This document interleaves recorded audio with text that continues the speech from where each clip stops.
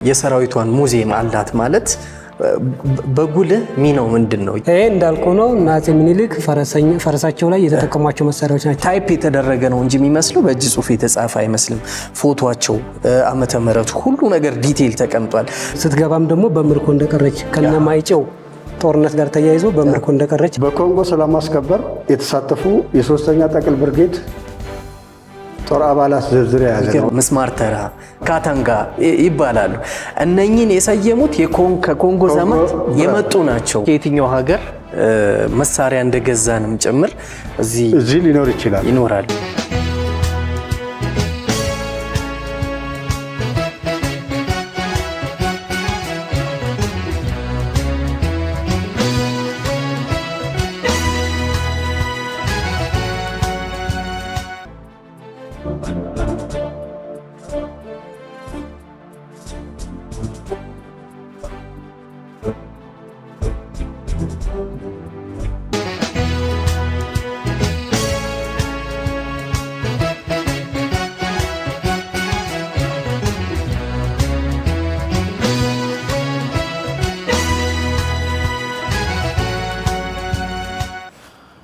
ሰላም ጤና ይስጥልኝ። የተወዳችሁና የተከበራችሁ አድማጭ ተመልካቾቻችን የከበረ ሰላምታችን ከያላችሁበት ይድረሳችሁ። አባይ ቲቪ ላይ ነው ያላችሁት። ፕሮግራማችን ደግሞ ቅድሚያ ለኢትዮጵያ ነው።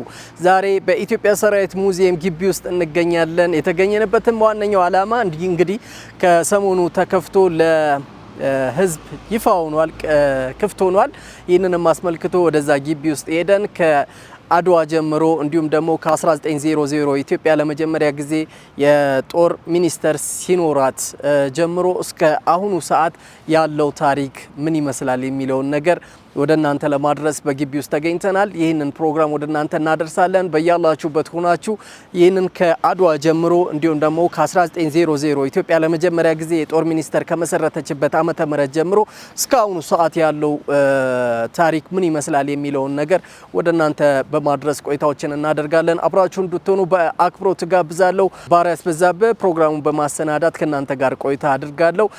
አብራችሁ እንድትሆኑ በአክብሮት ጋብዛለሁ። ወደ ግቢው ዘልቀን እንግባ።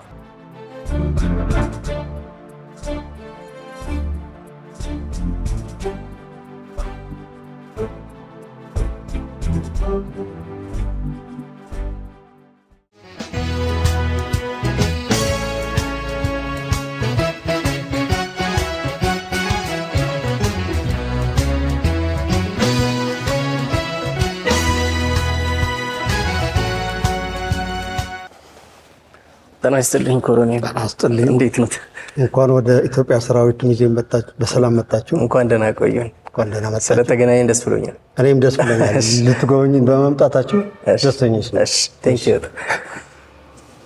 በዚህ ልጀምርልህና እሺ፣ ከ1943 ዓመተ ምህረት ጀምሮ በሐሳብ ደረጃ እያደገ የመጣበት ሁኔታ ነው የሚያሳየን። ይሄ እንደ ፋውንዴሽኑ የሙዚየሙ ፋውንዴሽን አድርገን ስለወሰድነው ለእይታም እዚህ እያቀረብነው ያለነው እና የጦር ሙዚየም በአስቸኳይ እንዲሰራ በሌፍተናንት ጀነራል አብይ አበበ በዛን ጊዜ መከላከያ ሚኒስትር ለንጉሠ ነገሥቱ ሀሳብ ቀርበው በቀረበበት ሀሳብ መሰረት ሰነድ ምናምን ተዘጋጅቶ በሂደት እያለ እንደገና በነበረው ሁኔታ ሳይሳካ ቀርቶ በ52ም በተመሳሳይ ተሞክሮ በዛን ጊዜ በነበረው ሁኔታ ያልተመቻቸ ሁኔታ ከመፈንቅለ መንግስት የታህሳስ ግርግር እየተባለ የሚናገርለት መፈንቅለ መንግስት የ53ቱ ከዛ ጋር በተያያዘ ምንም እንትን ሳይል ቆይቶ ከ1964 በኋላ ነው እንደገና በሌፍተናንት ጀነራል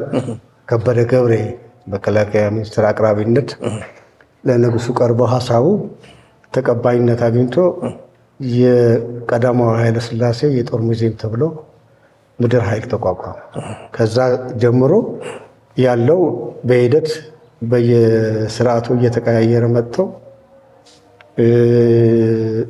በመጨረሻ 2011 በሪፎርም ሰዓት ትልቅ ትኩረት አግኝቶ የጦር ሙዚየም አስፈላጊነትና የሰራዊቱ ወታደራዊ ሙዚየም አስፈላጊነት ከስርዓት ጋር መያያዝ እንደሌለበትና ራሱ የሰራዊቱ ታሪክ የኢትዮጵያ ሰራዊት ታሪክ ለትውልድ መሸጋገር እንዳለበትና ለአርበኝነት ትውልድ ሽግግር አመቺ በሆነ ምክንያት ትኩረት ተሰጥቶት ከ2011 ጀምሮ አሁን ለመጣችበት ጊዜያዊ የሰራዊት ሙዚየም በጊዜያዊነት በዚህ ተቋቁሟል።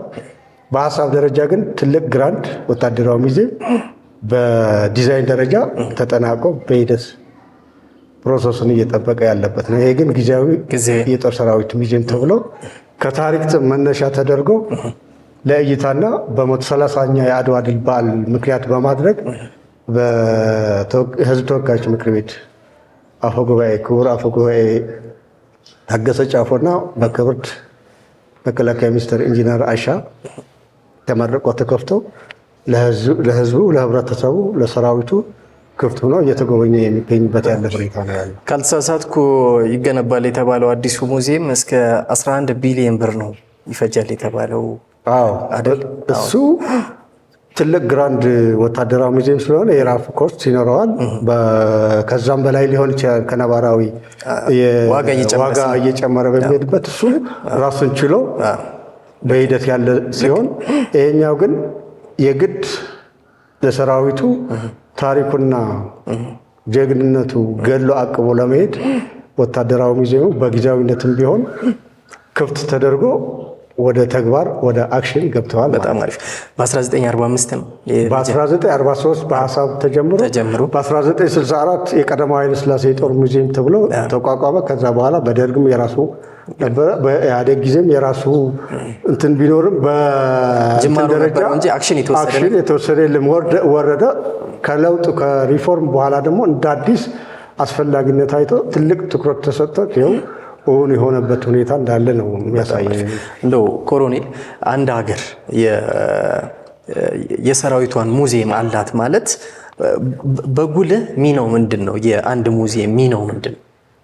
አንድ ሀገር የጦር ሰራዊት ሙዚየም አላት ማለት ከትውልድ ወደ ትውልድ እየተሸጋገረ የመጣ ጀግንነትም ገድልም ታሪኮችም ወታደራዊ ታሪኮች ታቀው የሚሄድበት ሁኔታ እና ለትውልድ የሚሸጋገሩበት ሁኔታ አለ ማለት ነው። አብዛኛው አገራቶች አሁን ወታደራዊ ሙዚየም የጦር ሙዚየም አላቸው። ትልቅ ታሪክ ኑሮን ትልቅ ወታደራዊ ታሪክ ኑሮን ታሪካችን እያቀብን ለትውልድ የምናሸጋገርበት መንገድ አንደኛው መንገድ የጦር ሰራዊት ሙዚየም መሆን ስለታመነበት ነው ትኩረት ተሰጥቶ እየተሰራበት ያለ። የአርበኛ ትውልድ ለማስቀጠል ታሪኩን ለትውልድ ለማስቀጠል አስፈላጊነቱ ስለታመነበት እና በተጨባጭም አስፈላጊም ነው። በቁም ነገር ካየ ነው እውነት ነው። እነኛውም በቪዲዮ በፎቶ በጽሁፍ ለትውልድ ወደ ትውልድ ይሸጋገራል። ወደ ትውልድ የሚሸጋገርበት መንገድ ደግሞ አንዱ የጦር ሰራዊት ሙዚየም ታቅበው በስነ ስርዓቱ ከእስከ የሚለው የሚያሳይ ቀጣይ ትውልድም ለትውልዱ የሚያሸጋገርበት መንገድ መፍጠር ነው። አሁን ከዛ አንጻር ይሄኛው ሁለተኛ ፓርት እዚህ ላይ ለማሳየት የፈለኩት ይሄኛው የምታየው ያለ ትልቅ ታሪክ ነው። አሁን ከተነጋገርንበት አንድ ርዕሱ ይሄ አንደኛው ነው። ይሄ በ1952 ዓመተ ምህረት በኮንጎ ሰላም ማስከበር የተሳተፉ የሶስተኛ ጠቅል ብርጌድ ጦር አባላት ዝርዝር የያዘ ነው። ይሄ እንደ ምሳሌ ያዝነው እዚህ እንጂ የኢትዮጵያ የሰላም ማስከበር ታሪክ ትልቅ ታሪክና ዩኒክ የሚያደርገው ከሌሎች የዓለም ሀገራትም የአፍሪካ ሀገራትም የሚለየት የመጀመሪያውና ቀዳሚ በዓለም ደረጃ የሰላም ማስከበር ተልዕኮ የተቀበለች ሀገር ናት። በቃኘው ሻለቃ ኮሪያ ዘማች። ግን ይህንን እንደ ምሳሌ ያቀረብነው የዛን ጊዜ ሶስተኛ ጠቅል ብርጌድ ዘማች አባላት የጦር ሰራዊት አባላት ታሪካቸው አቅበው ለትውልድ የዛን ጊዜ አስበው ለትውልድ ለልጆቻቸው ያስቀመጡት ሰነድ በመሆኗ ናት። ይቺ ሰነድ እያነሳናትና ለጎብኚም ክፍት እያደረግናት ያለ ነው። ትልቅ ታሪክ ስለያዘች ነው። ይህ ታሪክ የምታየው ያለው ፎቶግራፍ አለ ውስጡ አጭር የፐርሰናል ባዮግራፊ ናቸው። የወታደሩ የዘማቹ ከከፍተኛ መኮንን ጀምሮ እስከ ወታደሩ ነው የያዘችው። መለያ ቁጥር አለ፣ ስም ከናያት አለ፣ ማዕረግ አለ፣ መልኩ አለ፣ ቁመቱ ሁሉ ባዮግራፊ አጭር ባዮግራፊ ተቀምጧል። ትውልዱ ያውቀዋል ማለት ነው። እንደ በመግቢያም ያስቀመጡት ለቀጣይ ትውልድ መተላለፍ ያለበት የሰላም ማስከበር ግዳጅ እንዴት እንደተወጡ ተርከው ያስቀመጡት ነው። ይሄ ዝርዝር እያየው ያለው እንደዛ በኮንጎ ዘማቾች በዙር ሰላምን ያስከበሩ የአፍሪካን ሀገር ሰላም ያስከበሩ አባላት ዝርዝር የያዘ ነው። ስለዚህ ይሄኛው እንደ ሰነድ ስታየው ይሄ ሁለተኛው ሰነድ ስታየው በዛን ጊዜ ዳታ እንደ ኦርኔል የወታደሩ ኦርኔል እንዴት ይያዝ እንደነበረ የሚያመላክት ነው ይሄኛው። እንዴት ማለት ነው? ወኔ ቀደም እንደገለጽኩልህ አሁን ቁጥር 1 ያሉ ሌፍተና ጀነራል ከበደ ገብሬ በዛን ጊዜ መከላከያ ሚኒስትር ነበሩ። ከሳቸው ጀምሮ እስከ ምክትል ሞት አለቃ ዳታቸው እዚህ አለ። ይገርማል። መለያ ቁጥራቸው አለ፣ ማዕረጋቸው አለ፣ ስም ከናያት፣ የትውልድ ዘመን፣ የቅጥር ዘመን ከምክትል ሞት አለቃ ጀምሮ ጥሮታ እስኪወጣበት ወይም ደግሞ እስኪሰዋበት ያለው የማዕረግ ሃይራርኪ ደረጃዎች ጊዜ ሴት አድርጎ ያስቀመጠ ነው። አሁን ሌፍተናንት ጀነራል ከበደ ገብሬ ያነሳውልን በኮንጎ ዘማች የአፍሪካ ዘማችም ኢትዮጵያዊ የዩኤን አዛዥ የ17 ሀገራት የሰላም አስከባሪ 17 ሀገራት ከኢትዮጵያዎች አዛዥ ነው የመጀመሪያ ኢትዮጵያዊ አዛዥ ነው ሰላም ያስከበር ናቸው። እዛ ብቻ ሳይሆን ቃኘው ሻለቃ ኮሪያ ዘማችም ናቸው። ትልቅ ታሪክ አላቸው። ባይዘወይ በሂደት የምናየው ሆኖ ግን ይሄኛው እንደ ማስተማሪያነቱ ሰነድ በተለይ የሰላም አስከባሪ ታሪክ እንዴት አስበው ለትውልድ ይሸጋገራል ብለው ፎቶግራፋቸውም ይዘው ዳታቸውም ይዘው እንዳስቀመጥ ነው። አሁን ይችኛው እያያት ያለ ዝርዝር የዘመቱበት ጊዜ ያለ፣ የተመለሱበት ጊዜ ያለ፣ ያገለገሉበት ወራቶች ማስቀመጥ አሁን እየተጠቀምንበት ያለ እያደገ እንደሄደ የሚያሳይ ከእስከ የሚለውን አመላካች ስለሆነ ነው። ሰነዶቹ ታሪኮቹ አስፈላጊነታቸው በማየት ነው ትውልድ እንዲያውቃቸውና አሁን የእነዚህ ሰዎች የጦር አባላት ስም ዝርዝር ወላጆች ማን ነው ልጆቻቸውን ታሪካቸው የአባቶቻቸውን ታሪክ ያውቃሉ ማለት ነው። በጣም ይገርማል። በእውነት በወቅቱ የነበሩትን ሰዎች ይህንን ሀሳብ ክሬት አድርገው ለትውልድ ማሰባቸው ማስቀረታቸው ትውልድ ሊማርበት የሚጋ ታሪክ እንዴት እየሰነድ እየከተብክ ማስቀመጥ እንደሚቻል ሊያስተምረን ይችላል። ሊመሰገኑ ይገባል። ሌላው ደግሞ በጣም የገረመኝ ሃንድ ራይቲንጋቸው የእጅ ጽሁፋቸው እንትን ታይፕ የተደረገ ነው እንጂ የሚመስለው በእጅ ጽሁፍ የተጻፈ አይመስልም። ፎቶቸው፣ ዓመተ ምህረቱ ሁሉ ነገር ዲቴይል ተቀምጧል። ካልተሳሳትኩኝ ኮሎኔል ካልተሳሳትኩኝ አዲስ አበባ ስቴዲየም ሲገቡ በዘልማድ ምስማር ተራ ካታንጋ ይባላሉ። እነኚህን የሰየሙት ከኮንጎ ዘመት የመጡ ናቸው።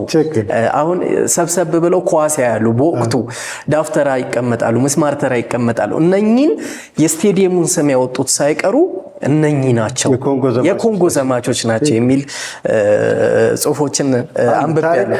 ታሪኮች አሉ አይደል? ስለዚህ እነኚህ ሰዎች ናቸው በወቅቱ የተረፉት። ኮንጎ ነፃ አውጥተው መተው ነው ስቴዲየም ኳስ ሲያዩ ስሙን ያወጡት። ትክክል። ሊያያዝ ይችላል። ታሪክ ያስተሳስራል።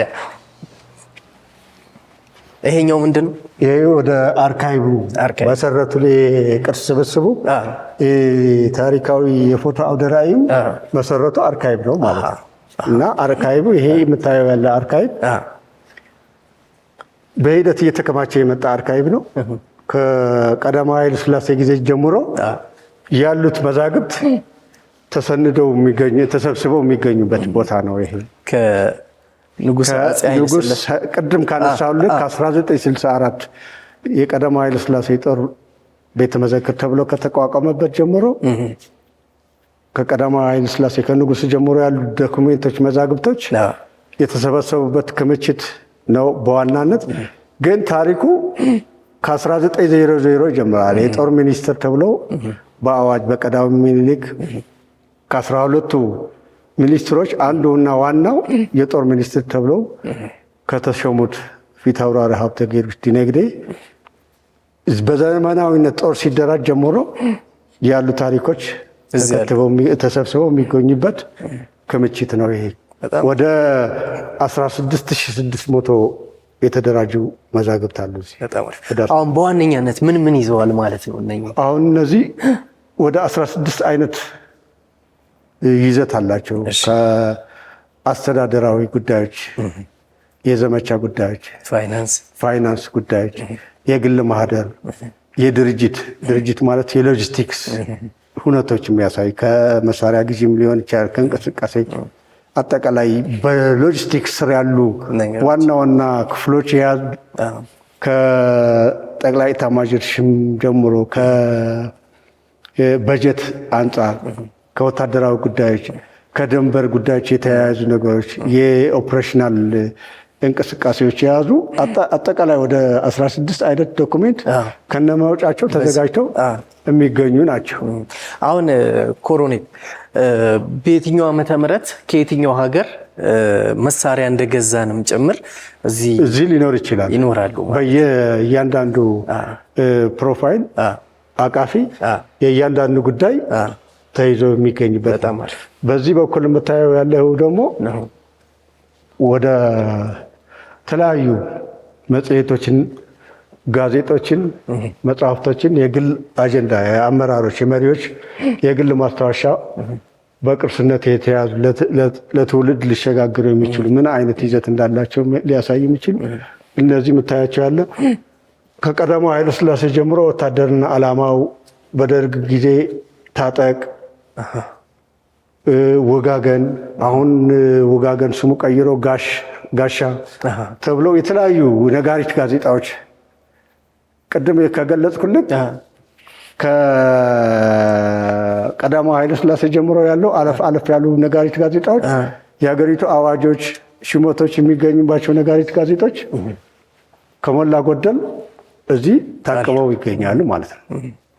ይሄ ለምሳሌ አሁን ይሄ እሱ አሁን ብታየው ይሄኛው 6ኛው እትም ታጠቅ በ1977 7ኛው ዓመት ወታደርና ዓላማው 1955 7ኛው ነው ይሄ። ከዛ በፊት ከ53 ጀምሮ ቅድም ባነሳውልህ ይዘቶች አሉ የተለያዩ ለምርምርና ለጥናት ክፍት ነው። አሁን እነዚህ ጋዜጦች አዲስ ዘመን አለ ታጠቅ እንዳልኩ ሰንደቅ ዓላማ እዚህ ጋር ነጋሪት ጋዜጣ በአረብኛም ጭምር ይጻፍ ነበር ድሮ በሰራዊቱ ለግንባታ እንደው ከተፈቀደልኝ አንዱ ስናነሳ አሁን እነዚህ ለጥናትና ምርምር ሊሆኑ የሚችሉ መጽሐፍቶች ናቸው።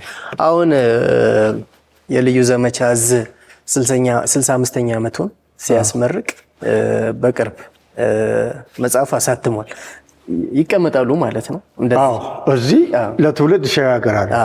የግድ ወደ ሚሊተሪ አርካይቭ መግባት አለ። አስፈላጊነታቸው መሸጋገርና እነሱም ራሱ ሲጻፉ አርካይቭ መሰረት አድርገው ስለተጻፉ ለትውልድ ሲጽፉ በራሱ ይሄንን አርካይቭ ተጠቅሞ እዚህ ያለ መሪዎች አሁን እዛ ያሉ መሪዎች ማህደራቸው እየተፈተሸ መዛግብት እየተፈተሹ የሚጻፉ መጽሐፍቶች ናቸው። አሁን ይሄኛው ያልኩ የተለያዩ አጥኚዎች እየመጡ ይጠቀሙበታል። ለምሳሌ ከአዲስ አበባ ዩኒቨርሲቲ፣ ደብረ ማርቆስ፣ ባህር ዳር ፖሊሲና ጥናት ወደ 7 የሚሆኑ የፕሮፌሰርነት ደረጃ ራሱ መመረቂያ ጽሑፍ ፕሮፌሰር ታረቀ ገብሩ ተጠቅሞበታል። የመሬት አርካይቭ ሌሎችም ምሁራኖች ሊጠቀሙበትና ትላልቅ ምርምር ሊካሄድባቸው የሚችሉ ጽሁፎች ያሉበት አርካይቭ ነው። እኔ ዛሬ ሲያሳዩኝ ይሄ ለኢትዮጵያ ዋጋ ከፍሎ ሰርቶ የባከነ ትውልድ የለም። ሁልጊዜ በወርቃማ ገጽ ስሙ ተጽፎ እንደሚቀመጥ ከትውልድ ወደ ትውልድ እንደሚተላለፍም ነው የገባኝና ሁሉም አሁን እንደውም ጊዜው ምቹ ነው። በቪዲዮ መያዝ ይቻላል፣ በፎቶም በምንም። ግን ያኔ ቪዲዮና ፎቶ ባልነበረበት ጊዜ የኮንጎ ዘማቾችንም ጨምሮ አክቹአሊ ፎቶ አለ ያኔ፣ ቪዲዮም ሊኖር ይችላል በእርግጠኝነት። ግን በሚያምር እጅ ጽሁፍ ጽፎ ለትውልድ ወደ ትውልድ ማስተላለፍ ይሄ ቀላል ቫልዩ የሚሰጠው አይደለምና በወቅቱ ያሰቡት ሰዎች ያው የተባረኩ ናቸው። ትክክል። ክሬዲትም ሊሰጣቸው ይገባል። እነዚህ ስብስቦች በብዙ ልፋትና በብዙ ድካም እዚህ ላይ እንደደረሱ የሚያመላክተኝ ነው። እነዚህ እንዳልኩ ቅድም ዘመቻ፣ እነዚህ የኦፕሬሽናል እንቅስቃሴዎች የያዝ ነው። እስከ እነ ካርታው ጨምር ሊኖር ይችላል። አሁን ለምሳሌ እዚህ የአስተዳደራዊ ጉዳይ ላነሳልህ የምፈልገው አንድ ነገር ልታውቀው እና ልትረዳው የምፈልገው ይሄ ዝም ብሎ መጽሐፍ ይመስላል ስታየው፣ እንዴት አድርገው አደራጅተው እንዳስቀመጡት ግን ለቀጣይ ትውልድም ትምህርት ሊሆን የሚችል ነው። አሁን እቺ አስተዳደራዊ ጉዳይ ናት። ይሄ ኮድ ተሰጥቷል። 2929 ብለውታል። ከ1946 እስከ 1956 ናቸው እዚህ ውስጥ ያሉ ይዘቶች።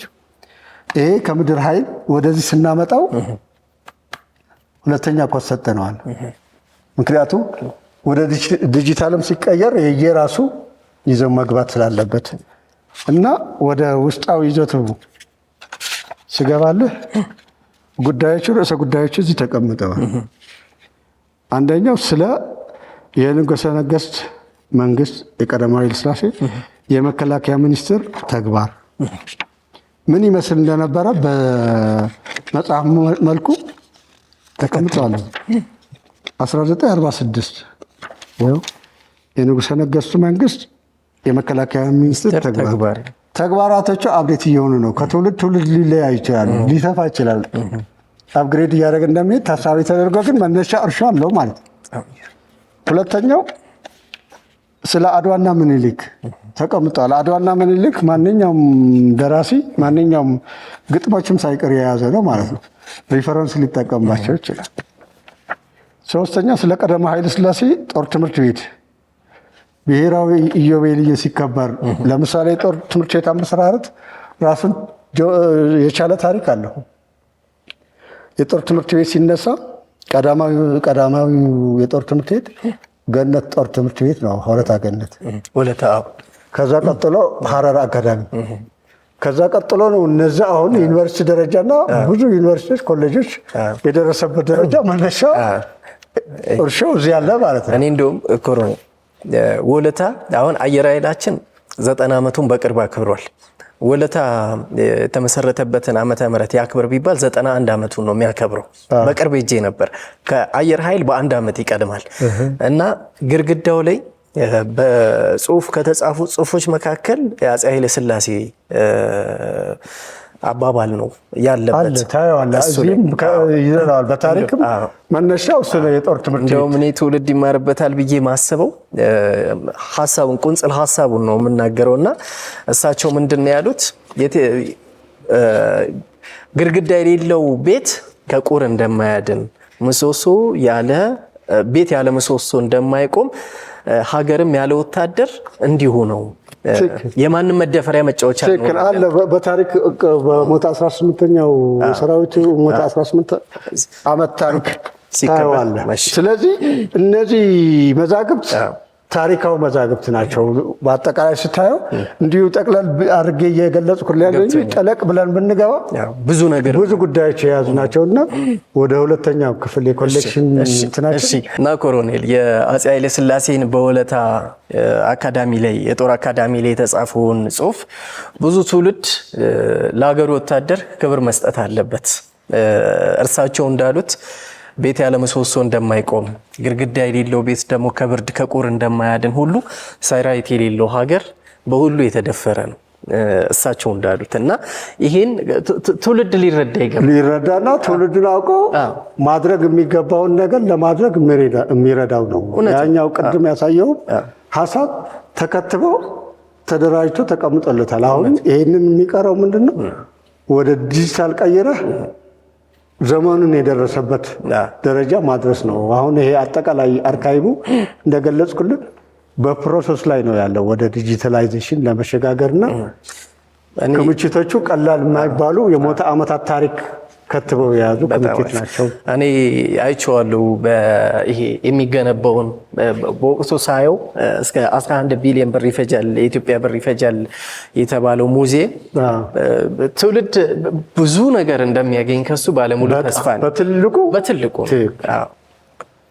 እና ጠቅለል ባለመልኩ ባጭሩ ማለት ነው የሚሊተሪ አርካይቡ ይዘትና መነሻ ሀሳቡ በገለጽኩት ነው።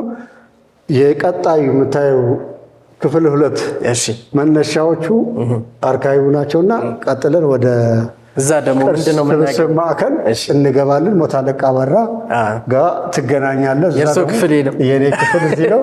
ቀጣይ የሞት 18 ዓመታት ታሪክ ደግሞ እንገናኝ። በጣም አሪፍ ኮሎኔል፣ በጣም አመሰግናለሁ። እሺ እሺ ቴንክ ዩ።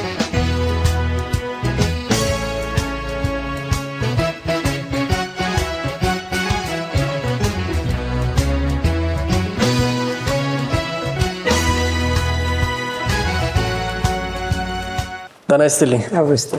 ኮሎኔል አንተን ያስረከቡኝ። መቶ አለቃ አንተ ነህ። መቶ አለቃ አበራ።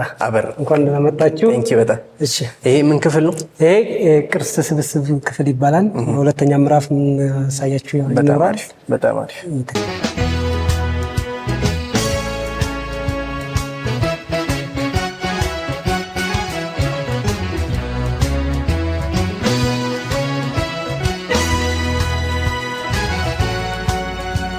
ያው ስለተገናኘን ደስ ብሎኛል። እኔም ደስ ሰፊ ነገር አገኛለሁ ብዬ ተስፋ አደርጋለሁ። መቼም ከዚህ ነው የምንጀምረው አይደል? እዚህ ጋር ነው የምንጀምረው።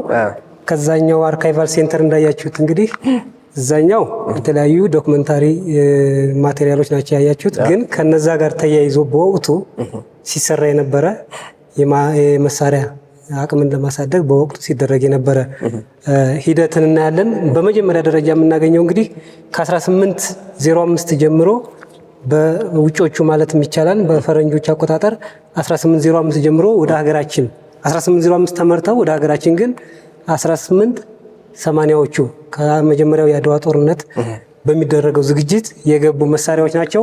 የመሳሪያዎቹን አይነት ስንመለከት እንግዲህ ይሄ የመጀመሪያው የምናየው የተለያዩ በመጠን ይለያዩ እንጂ አንድ አይነት ናቸው።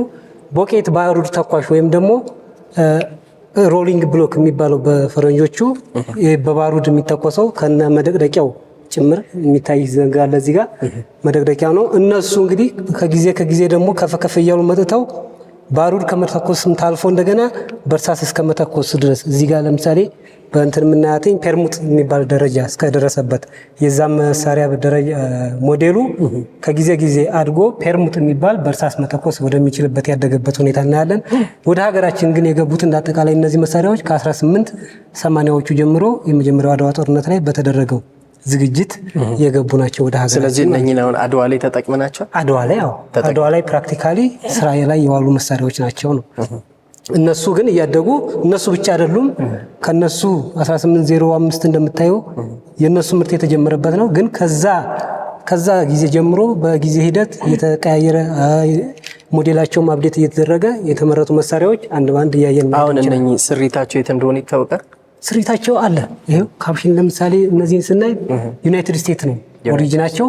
ወደ ሀገራችንም እንደ ኦሪጂን ተቀመጠ እንጂ ወደ ሀገራችን እንዳልኩ ለመጀመሪያው ያድዋ በሚደረገው ዝግጅት ነው ወደ ሀገራችን የገቡት ነው። ስለዚህ አገባባቸው ምናልባት አንዳንዴም በግዥ የሚሆንበት አጋጣሚ አለ። ግን በአብዛኛው ደግሞ በጊዜ ሂደት በዛው በሚደረገው ወታደራዊ ዲፕሎማሲ አማካኝነት የገቡ ናቸው። እሷ ጋር ስናይ ምናልባት እቺ ደግሞ ጣሊያን ሰራሽ ብሪክሳ ሞዴል 45 ሚሊ ሜትር የምትባል የሞርተር ዝርያ ናት። እቺም እንደዛው 1935 ላይ ናት። እቺን እንኳን ከሁለተኛው የኢትዮ ጣሊያን ጦርነት በኋላ ወደ ሀገራችን እንደገባች ነው። ስትገባም ደግሞ በምርኮ እንደቀረች ከነማይጨው ጦርነት ጋር ተያይዞ በምርኮ እንደቀረች ሀገራችን ላይ 45 ሚሊ ሜትር የሞተር ዝርያ ናት። ፐርፐዝሊ ተገዝታ ሳይሆን እቺ በምርኮ ነው። ምርኮ ላይ አሁን እነዚህ ጣሊያን ስሪት አብዛኞቹ መሳሪያዎች የምታየው በምርኮ ነው። ምርኮም ሲባል እንግዲህ ታውቃን በተለይ መጀመሪያው ከአድዋ የመጀመሪያው አድዋ ካለፈ በኋላ ሁለተኛ ዳግም ወረራ ከመጡ በኋላ ማይጨው ላይ በጣም ብዙ መሳሪያዎች ኋላ ላይ ውጭ ላይ የምናያቸው መሳሪያዎች ይኖራሉ። ግን እነሱ ማይጨው ላይ በተደረገው አስጨራሽ ተጋድሎ እዛ ላይ የገቡ እንደሆኑ ታሪካቸው ይመሰክራል። ወደ እነዚህ ስንመጣ ደግሞ ቼስፖት የሚባለው በአጭርና በረጅም ነው። ለምሳሌ ቼስፖት ሪሊፍ የሚለውና ቼስፖት ካርቢን የሚባለው ወጨፎ ማነው ውጂግራ የሚባለው በአጭርና በረጅም ነው። እነዚህም እንግዲህ እንደምታየው 1866 ገደማ 1874 የተመረቱበት ነው። ወደዚህ ሚሊሜትር 11 ሚሊሜትር ናቸው የተመረቱበት። ይሁንና እንዳልኩ አብዛኛው ማለት ይቻላል እዚህ ሴክሽን የምናየው በመጀመሪያው የአድዋ ጦርነት በሚደረገው ዝግጅት የገቡ ናቸው። ወደዚህኛው ስናይ ሊበን የሚባለው ወይም ደግሞ ሌቨል MG3 1886 የሚባለው ነው። በእነሱ ተመርቶ ወዲያውኑ በገበያም በነበረው የገበያ ፉክክርም በሚደረጉ ወታደራዊ ዲፕሎማሲዎች ወደ ሀገራችን እንደገቡ ታሪካቸው ይዘክርናል ነው። ወደዚህኛው ስንመጣ ደግሞ ቤርዳን ካርቢን ወይም ደግሞ ቤርዳን የሚባለው ወይም እነዚህ ለየት የሚያደርጋቸው ምንድን ነው? በአጭርና በረዥም አሉ፣ ግን ከሱም በዘለለ ሹልኪት ይባላሉ። ፈረሰኛ በአብዛኛው ይጠቀምባቸዋል እንዳልነው። ለምሳሌ እዚህ ጋር ታችኛው ስናይ ራስ ሆሌ የሚባለው ከፍ ስንል ራስ መንገሻ ቢትወደድ መንገሻ እና አፄ ምኒልክ ፈረሶቻቸው ላይ በነበረው በመጀመሪያው አድዋ ጦርነት ላይ ፈረሰኛ ይጠቀማቸዋል ብለንም አላቆምንም። እነሱ በተግባር የተጠቀሟቸው መሳሪያዎች ስማቸው ሳይቀር ተቀርጾ የተቀመጠበት ሁኔታ አለ ነው። ምናልባት የመሳሪያዎቹ ኦሪጂን ምናምን የሚባለው ነገር ሞዴል እንዳልኩ አሜሪካ ሰራሽ ናቸው። ፕሌስ ኦፍ ኦሪጂን አሜሪካ ይላል የተሰሩበትና ወደ ሀገራችን የገቡበትም የመጀመሪያውን የአድዋ ጦርነት ምክንያት በማድረግ የሚደረጉ ዝግጅቶችን ለማጠናከር ወደ ሀገራችን ኢትዮጵያ ያው 1883 ከ88 ይሄ እንዳልኩ ነው። እና አፄ ምኒልክ ፈረሳቸው ላይ የተጠቀሟቸው መሳሪያዎች ናቸው። ወደ እነዚህ ስንመጣ ደግሞ እንደዚሁ አሜሪካ ሰራሽ ሲምፕል ማሽን ገን ይባላሉ። የመትረየስ ዝርያ ናቸው። በአገልግል ማለትም አሁን የምናደርገው የዲሽቃዎች ዝናር ጥይት ማጉረሻ እንደነሱ አይነት የሚወስነው በዝናርም የሚወስዱ አሉ። እነሱን ስናይ አሜሪካ ሰራሽ ቀላል መትረየስ የሚባሉት ናቸው። በዛው ባልነው ለምሳሌ እሱን ስናይ የመጀመሪያው የዓለም ጦርነት መገባደጃ ላይ ኦልሞስት እሱ ከተጠናቀቀ በኋላ በነበረው የመሳሪያ ሰርፕለስ ወይም የመሳሪያ ክምችት ስላለ አንድም ለግዢ ገበያ ላይ በመዋል ሁለትም ደግሞ ወታደራዊ ዲፕሎማሲን ለማጠናከር ለተለያዩ ሀገሮች በምታደርገው ድጋፍ ዩናይትድ ስቴትስ ለሀገራችን ገቢ የተደረጉ መሳሪያዎች ናቸው። ምናልባት ስናይ እነሱ እንዳልኩ ተመሳሳይ ብሬን ዝርያ ናቸው። ይሄኛውንም ስናይ ይሄ እሱ ኤር ኩለር ነው የሚባለው። ወደዚህኛው ስንመጣ ደግሞ ዋተር ኩሊንግ የሚባለው በውሃ መቀዝቀዝ እንዲችል ተደርጎ ግን ተመሳሳይ ፐርፐዝ ነው ያላቸው። የትኛው ነው የሚያቀዘቅዝ? በውሃ የሚቀዘቅዝ ይሄ ታንከሩ ውስጡ ውሃ ይሞላል። ከተኮሰ በኋላ ነው በውሃ እንዲቀዘቅዝ ውጊያ ኦፕሬሽን ላይ በሚሆንበት ጊዜ የመጋል ስሜት ስላለው ያንን ቶሎ ስራ ላይ እንትን እንዳይስተጓጎል በውሃ መቀዝቀዝ ነው። እሱኛው ደግሞ ራሱ ኤር ኩሊንግ ነው። ይሄኛውም ሆችኪሰን የሚባለው ተመሳሳይ ኤር ኩሊንግ ነው። ስሪትም አሜሪካ ሰራሽ ነው። የገቡበትም እንዳልኩ እሱኛው 1914 ጀምሮ በእነሱ ነው። ወደኛ ስታመጣው ወደ ኋላ ይመለሳል። እነሱ ያንኛውን ዓለም ጦርነት ኦልሞስት እንዳገባደዱ ወደ ሀገራችን ገቢ የተደረጉ መሳሪያዎች ናቸው። ይችኛዋ 1917 ኦልሞስት አልቆ ሁሉ ነገር እንዳልኩ የመሳሪያ ሰርፕለስ በመኖሩ ምክንያት በገበያና በድጋፍ መልክ ወደ ኦሬዲ እነኛውን የመጀመሪያው የዓለም ጦርነት ላይ ተጠቅሟቸዋል። በስርዓት እንደውም እንዳልኩ በአንድም በሌላም ከማምረትም አልፈው በድጋፍም እነሱ በግዥም አቅማቸውን አጠንክረው ኦልሞስት ውጊያው ከተገባደደ በኋላ ደግሞ የመሳሪያ ክምችታቸውን ለመቀነስ ዲፕሎማሲያቸውንም ለማጠንከር ለተለያዩ ሀገሮች ድጋፍ ይሰጣሉ። አፕዴትም ስለሚያደርጉ አፕዴት ይደረጋል። በዛ ላይ ያንን ግን ለተመደበለት ዓላማ እንዲውል ያደረጉበት አካሄድ ነው ታሪካቸው የሚነግረን። ወደ እነዚህ ስንመጣ ደግሞ ቬተርሊ የሚባለው ጣሊያን ሰራሽ ነው። ይሄ ደግሞ ወጨፎ ብለን የምንጠራው በአካባቢ ወይም በቀላል ቋንቋ ወጨፎ ብለን የምንጠራቸው መሳሪያዎች ናቸው። ቬተርሊ ሪሊፍ፣ ቬተርሊ ካርቢን የሚባለው በረዥሙና ባጭሩ የሚባለው ነው። ተመሳሳይ እነዚህም ምናልባት ወደ ውስጥ አጠር ያለችውን ስናይ አውቶማቲክ ናት። እሷ 9 ሚሊ ሜትር ነበረች መጀመሪያ። ከዛ ደግሞ እነሱ አፕዴት እየሆኑ ባይዘው መሳሪያ አፕዴት ሲደረግ ይታወቃል አይደለም። ሰፊ ሚሊ ሜትር ከነበረው አጥቦ የሆነ ውጤቱን የማሻሻል ስራ ይሰራል። ወይም ደግሞ ጠባብ ከነበረ ከፍ እየተደረገ አፕዴት ይደረጋል። ጣሊያን ሰራሽ ናቸው። እነሱም ተመሳሳይ ለምሳሌ መጀመሪያው ስታይ 1869 ጀምሮ ነው የተመረቱት።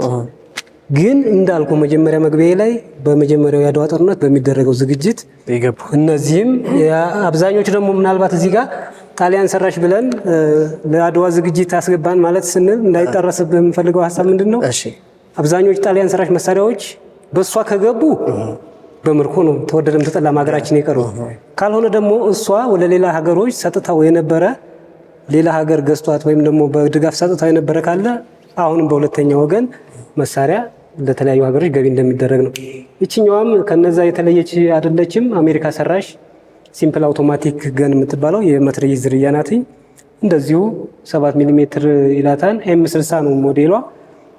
አሜሪካ ሰራሽ እንደዚሁ እንዳልኩ ከሁለተኛው የዓለም ጦርነት ነው። ደግሞ ይሄ ለየት የሚያደርጋት ሪሰንት ኦልሞስት ወደዚህ እየመጣን ነው እየቀረም ያለበት ሁኔታ ነው።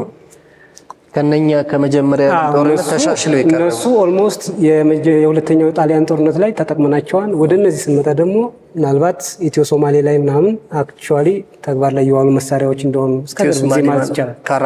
ካራማራ ላይ 1969 ገደማ ከ60ዎቹ ጀምሮ ወደ ሀገራችን ከገባ በኋላ ማለት ነው። ወደዚህ ስንመጣ ደግሞ ምንድነው 8 ሚሊ ሜትር ማንሊኬር ወይም ምንሽር የምንላቸው መሳሪያዎች እናገኛለን። እነሱ እንግዲህ እንዳልኩ በረጅምና በአጭር ነው። እነሱም እንደዚሁ ስሬታቸው ከተፈለገ አውስትሮ ሃንጋሪ ነው ኦሪጂናቸው። ወደ ሀገራችንም ደግሞ ወደ 1883 ጀምሮ ወደ ሀገራችን እንደገቡ ያለው ታሪክ ያመላክተናል። ወደዚህኛው ስንመጣ ደግሞ ምንድነው እቺም የመትረየስ ዝርያ ነው። ፊያት ይባላል። ይሄ ፊያት የሚባለው እንደዚሁ ጣሊያን ሰራሽ ናቸው። ፊያት እንደውም ሲምፕል ማሽን ገን ይላቸዋል ዝም ብለህ እንትን ስታይ፣ ግን አሁን ካለው ማለት ይቻላል ጠንካራ የሚባሉ የመትረየስ ዝርያዎች እንደሆኑ ኤል ኩሪንግ ነው። ምንም ዋተር ማቀዝቀዣ የሚባል ነገር የለውም። እነዚህ እንደምታውቀው አብዛኛውን ጊዜ መከላከል ውጊያ ላይ ውጤታማ የሚባሉት በወቅቱም ደግሞ ዘመናዊ ብለን ልንወስዳቸው የምንችለው መሳሪያ ናቸው።